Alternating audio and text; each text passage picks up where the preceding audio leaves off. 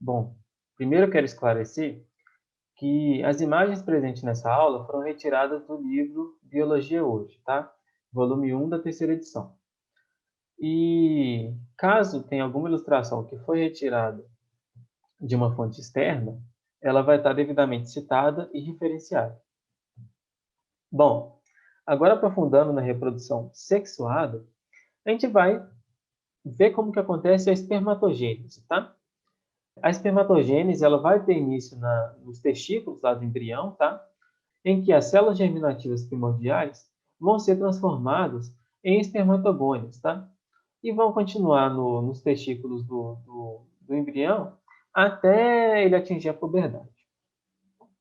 Quando ele atinge a puberdade, o que passa a acontecer? Essas espermatogônias aqui formadas lá no embrião vão passar a sofrer mitose, tá? Então imaginem que essa espermatogônia aqui sofreu mitose. Uma delas vai continuar, tá, com a sua constituição de espermatogônia, enquanto a outra célula formada vai adentrar, né, na fase de crescimento. E o que é essa fase de crescimento? Vai ser a transformação da espermatogônia em um espermatócito, tá? Ele vai iniciar o processo da meiose.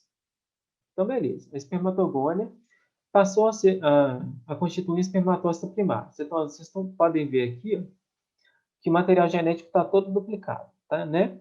Então, ocorreu a primeira divisão da meiose para a formação dos espermatócitos secundários, tá? Que vão ser haploides, tá? Eles vão ser haploides. Enquanto essas células aqui eram diploides, espermatócitos primários, os espermatócitos secundários são haploides. E esses espermatócitos secundários vão entrar na fase de maturação, tá? Que é a continuação da meiose, até formar as espermátides, tá? As espermátides vão ser haploides e vão ter apenas uma cópia de cada cromossomo, tá? Então, ocorreu a segunda divisão da meiose aqui. Essas células vão entrar, então, na fase de especialização ou espermiogênese, que eu havia falado para vocês, para formar o corpo dos espermatozoides, tá? E a gente consegue visualizar o quê? O espermatozoide tem cabeça, né, um colo aqui e a cauda.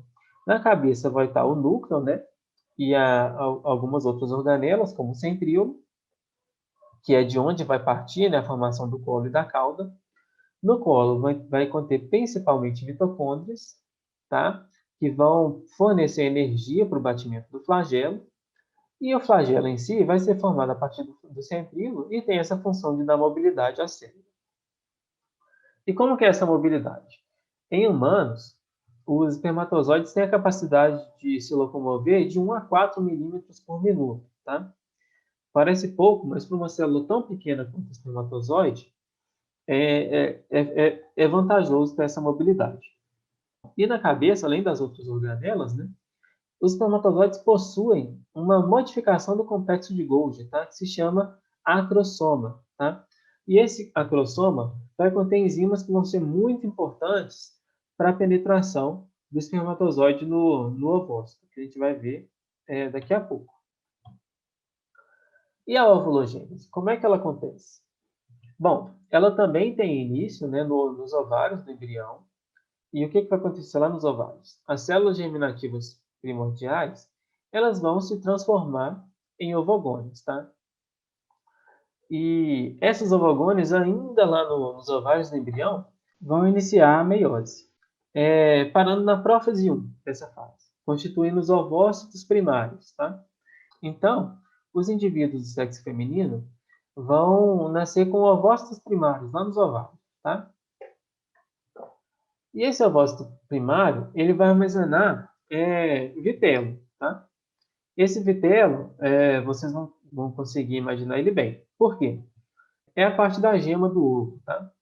A gema do ovo, ele vai conter ali substâncias que vão servir como nutriente para o embrião, tá? Então vai ser uma parte muito nutritiva. Em mamíferos, esse vitelo é pouco. Por quê? Porque o desenvolvimento do embrião vai acontecer dentro do corpo materno, né? Na maioria dos casos. E Como ele acontece dentro do corpo materno, os nutrientes necessários para o desenvolvimento provêm da própria mãe e não do próprio ovócito, tá? Então, o ovócito em mamíferos vai conter pouco de pelo. E na espécie humana, quando esses indivíduos chegam na puberdade, vai ser liberado um ovócito por mês, tá? Um ovócito primário, que vai completar a meiose 1, no processo de ovulação, tá? Então, vamos visualizar aqui como é que acontece. Primeira fase de multiplicação, né, das ovogônias lá no ovário. A fase de crescimento, né, que acontece a formação do ovócito primário, também é lá no ovário. E vai continuar assim até chegar na ovulação, tá? Então, na ovulação vai ser completada a primeira divisão da meiose, né? E olha que interessante, o emparelhamento dos cromossomos aqui não acontece no equador da célula, como é de costume. Ele acontece em um polo, tá, da célula, em uma região periférica. E evolutivamente, qual que é a vantagem desse pareamento acontecer na periferia da célula? A gente consegue formar uma célula que contém a maior parte do citoplasma, tá? Que vai ser o ovócito secundário, e uma outra célula que vai conter basicamente um núcleo, vai ser só o material genético ali, e muito pouco citoplasma. E por que isso é uma vantagem? Você consegue ter um ovócito secundário com praticamente todo o citoplasma que tinha no ovócito primário. Então, todo o nutriente que essa célula aqui tinha, ó, vai estar disponível para essa aqui, que é a que vai continuar a segunda divisão da meiose, tá? Mas essa segunda divisão só vai acontecer se um espermatozoide penetrar nesse ovócito, tá? Então, se houver a fecundação, vai ocorrer a segunda divisão da meiose. E o que, é que vai ser produto dessa segunda divisão da meiose? Um óvulo, tá? Que vai ser haploide aqui, com apenas uma cópia de cada cromossomo, e também um segundo glóbulo polar, também chamado de polócito, tá? Esse segundo glóbulo polar, ele tem a mesma característica do primeiro, tá? É uma célula pequena, que contém basicamente material genético, a gente consegue ver aqui em cima. E esses dois polócitos, né, vão acabar degenerando, eles não vão ter função e não vão ser aproveitados pelo organismo, né? Então, a principal vantagem de se ter a formação do polócito, aqui nesse caso, na ovulogênese, é reduzir o número de cromossomos da célula formada, tá? A célula passa a ser diploide, deixa de ser diploide para ser haploide, e isso acontece sem que se reduza o volume de citoplasma contido ali. Bom, então vamos falar agora da fecundação. A fecundação é basicamente o processo de penetração do espermatozoide no óvulo e a união desses dois gametas para a formação do zigoto. E para que ocorra a fecundação, é necessário que se tenha gametas da mesma espécie. Por quê? Existe uma especificidade, tá? Para a fecundação. E o que proporciona a especificidade? Proteínas da membrana, tá? Tanto do óvulo quanto do espermatozoide, que vão promover, né, esse reconhecimento, e também a fração química, tá? Então, o óvulo vai secretar substâncias que vão atrair esse espermatozoide. E o acrossoma vai se fazer muito importante nessa etapa. Por quê? Ele vai ser a organela que vai permitir que o espermatozoide penetre pela coroa radiada, tá?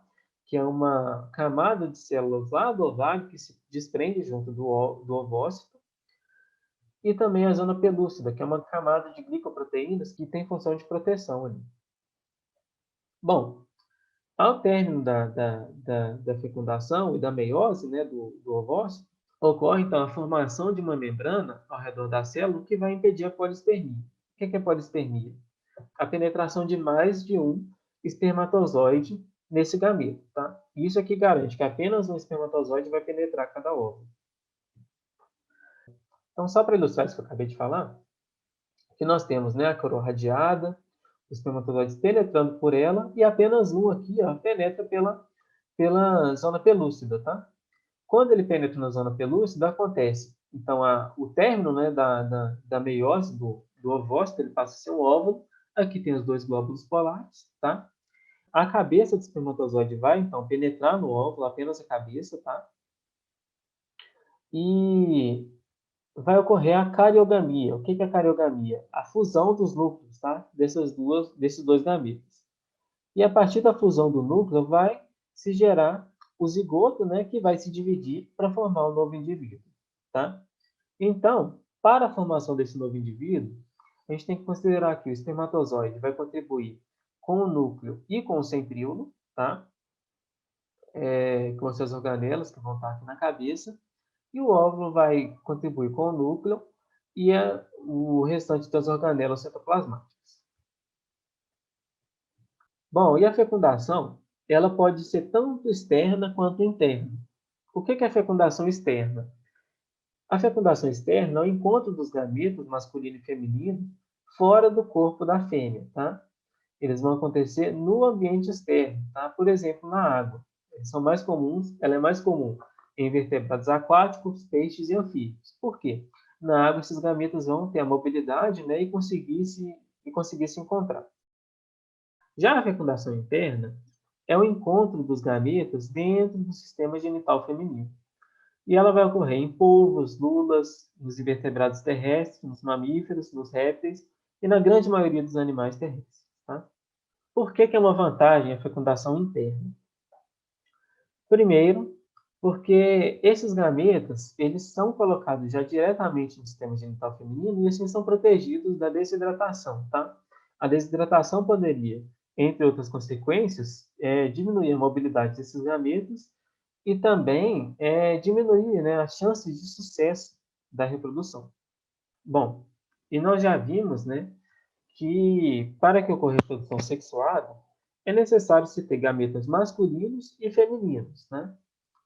E a determinação do que é masculino e o que é feminino, o que acontece? Vai ser feita pelos cromossomos, né? Por um par de cromossomos sexuais, que geralmente é igual nas fêmeas, tá? Na espécie humana, as fêmeas têm 2 cromossomos X, que são esse aqui grandão, e os machos têm um cromossomo X e um cromossomo Y, tá?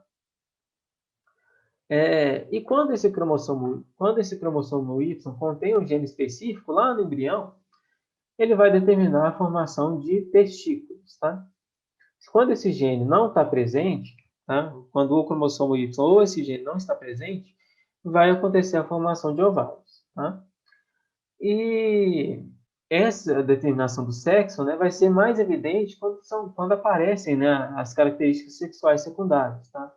A partir da produção de hormônios sexuais, as características sexuais secundárias vão começar a se manifestar, geralmente depois da puberdade em humanos. Bom, enquanto em humanos a determinação do sexo acontece pelo sistema X e Y, né?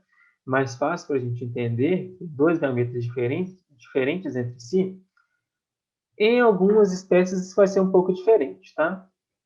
Em alguns insetos, por exemplo, o que a fêmea ela vai conter 2 cromossomos X, como acontece, né, no caso dos seres humanos, porém o macho ele vai ter um cromossomo X e não vai ter outro cromossomo sexual, tá? Vai ser apenas um cromossomo X que vai constituir o macho dessas espécies. E diferente disso também, em aves, borboletas e mariposas, é o macho que vai conter 2 cromossomos iguais, tá? Que vão ser os cromossomos Y. Para diferenciar do sistema X e Y, né? Por convenção se chama esses cromossomos de Z e W. Então, enquanto o macho vai ter apenas o cromossomo Z, a fêmea vai ter um cromossomo Z e um cromossomo W. Bom, considerando que existem nesses dois tipos de gameta e a divisão de sexo nos indivíduos, é importante a gente lembrar que existem os organismos que são hermafroditas, né? E o que é hermafroditismo? É a capacidade do mesmo indivíduo produzir óvulos e espermatozoides. E isso é extremamente importante no caso de alguns parasitas, tá? Que vivem imóveis ou então isolados dentro do corpo do hospedeiro. Por quê? Porque esses parasitas, por conterem os dois tipos de gametas, podem realizar a autofecundação, tá? O único problema da autofecundação é que diminui a variabilidade genética, né? O mais comum em indivíduos que são hermafroditas é a fecundação cruzada, tá? E o que é a fecundação cruzada? Apesar dos dois indivíduos terem os mesmos tipos de gametas, cada um deles vai doar um tipo. Um vai doar o gameta masculino e o outro o gameta feminino, tá? Porém, pode acontecer também a fecundação cruzada mútua, que é o que acontece nas minhocas, tá? Você vai ter ali, ao mesmo tempo, os dois indivíduos doando gametas masculinos e gametas femininos, tá? Isso é chamado de fecundação cruzada mútua ou fecundação cruzada recíproca. Isso vai acontecer principalmente quando o encontro dos dois indivíduos for muito raro.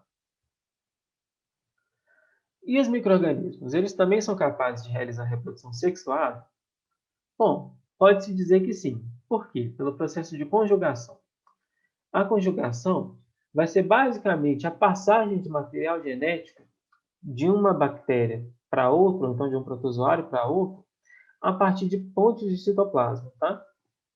O que a gente tem que diferenciar é o seguinte: enquanto os protozoários possuem núcleo, né, bem estabelecido, né, com membrana e tal, as bactérias não possuem, tá?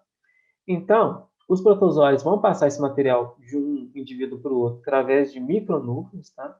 Vão conter material genético ali. E as bactérias vão passar isso por anéis de DNA, tá? Anéis de material genético que são chamados de plasmídeos, que são pequenos cromossomos. Bom, por último, eu vou falar para vocês da partenogênese, tá? A partenogênese é um desenvolvimento de um indivíduo a partir apenas do óvulo, tá? Sem o encontro com o espermatozoide. E é diferente da reprodução assexuada porque é necessário que exista, né, um sistema genital feminino para formar esse novo indivíduo. Bom, ele vai ser mais comum, né, em alguns insetos, vermes e crustáceos, mas pode acontecer em alguns outros grupos de animais. Tá? E nas abelhas, olha que interessante. Todos os zangões surgem por partenogênese, porque vocês vão lembrar que para formar indivíduos machos, só é necessário que você tenha um cromossomo X, né? Então, se tendo o cromossomo X, desenvolvendo o indivíduo a partir desse cromossomo, ele vai ser macho, tá? E como que isso vai acontecer? As abelhas, elas possuem um órgão que se chama espermateca, que é basicamente uma bolsa em que vão ser guardados ali os espermatozoides depois da cópula com o zangão, tá? E conforme a necessidade, né, para se formar os indivíduos da colônia, a abelha rainha que copulou vai ter esse controle, tá? Caso essa espermateca tenha sua conexão com o oviduto aberto, né, vai ocorrer, né, o encontro dos gametas ali, do óvulo e do espermatozoide, e o encontro desses gametas vai formar indivíduos XX, que vão ser as filhas, né, vão ser abelhas fêmeas. Caso esteja fechada a porta caso a conexão da espermateca com o oviduto esteja fechada, o óvulo que ele passar vai vingar em uma larva masculina. Em relação às larvas fêmeas, bom, olha que interessante. Se essas larvas fêmeas forem alimentadas com mel ou pólen ao longo do seu desenvolvimento, elas vão se transformar em abelhas operárias, tá? Que não se reproduzem. Elas apenas contribuem para o bom andamento da colônia, né? Porém, se essas larvas forem alimentadas durante seu desenvolvimento com geleia real, que as abelhas também produzem, elas vão se transformar em abelhas rainhas e vão adquirir, ao longo do seu desenvolvimento, a capacidade de se reproduzir. Bom, essas foram as referências que eu usei na aula até aqui, tá? E nós vamos nos ver nas próximas aulas sobre esse tema, tá? De reprodução. Então é isso, obrigado pela atenção. Qualquer dúvida podem deixar nos comentários desse vídeo, tá? Então, falou, até mais.